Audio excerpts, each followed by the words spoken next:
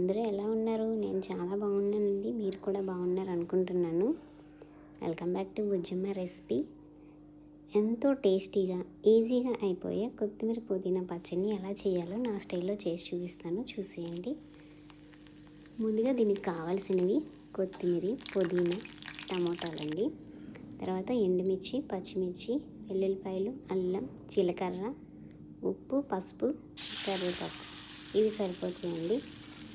ఇంకా మీకు ఏమైనా కావాలి అంటే మీరు యాడ్ చేసుకోవచ్చు. నాకైతే ఇవి సరిపోతాయి. ముందుగా స్టవ్ వెలిగించుకొని ప్యాన్ పెట్టుకోండి. దాంట్లో 4 టేబుల్ స్పూన్ నూనె పోసుకొని నూనె బాగా మరిగిన తర్వాత ఎండుమిర్చి వేసుకొని పక్కన పెట్టుకోండి. తర్వాత 2 పెద్ద సైజు టమాటాలను ముక్కలుగా పోసుకొని నూనెలో వేసుకోండి. టమాటా ముక్కలు కొంచెం మగ్గిన తర్వాత పచ్చిమిరపకాయలు, కరివేపాకు, అల్లం, వెల్లుల్లి, జీలకర్ర వేసుకొని బాగా కలుపుకోండి. టమాటాలు బాగా మగ్గిన తర్వాత కొత్తిమీర, పుదీనా కూడా వేసుకొని బాగా మగ్గనివ్వండి. కొత్తిమీర, పుదీనా అనేది తొందరగానే మగ్గిపోతాయండి. తర్వాత ఉప్పు వేసుకొని బాగా కలుపుకోండి. ఉప్పు ఇప్పుడు వేసినా పర్వాలేదు, మీరు గ్రైండ్ చేసినప్పుడు వేసుకున్నా పర్వాలేదండి. నేనైతే ఇప్పుడు వేసేస్తున్నాను. ఉప్పు రుచికి తగ్గట్టు వేసుకోండి.